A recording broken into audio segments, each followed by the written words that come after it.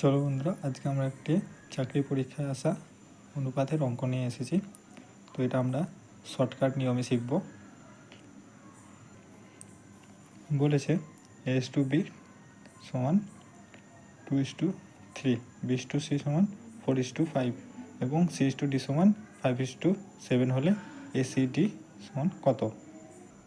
এটা আমরা কম সময়ের মধ্যে কিভাবে করব। তো প্রথমে আমরা A/B সমান 2:3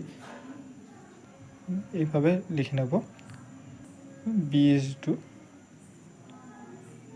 সমান 4:5, C/D সমান 5:7,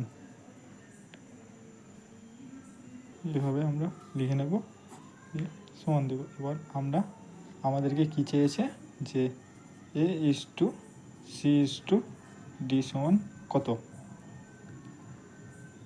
তো আমরা এদিক থেকে, এটা হলো ডি, এদিক থেকে গুণ করব, এটা ডি।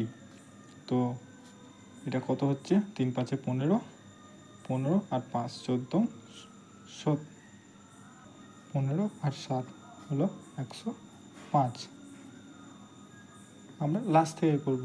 এবারে এটা হলো এ, এটা গুণ, এটা গুণ, 4 2 8, 5 8 40 লিখে নেব। এবার সি, আমরা সি বের করব কি করে।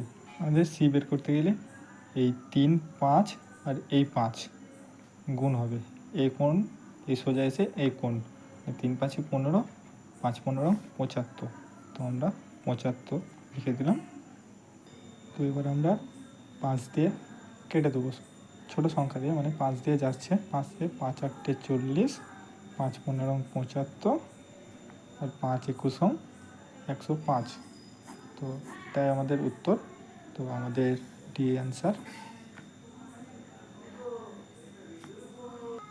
কোশ্চেনটি ভালো লাগলে লাইক এবং শেয়ার করে দিও যেন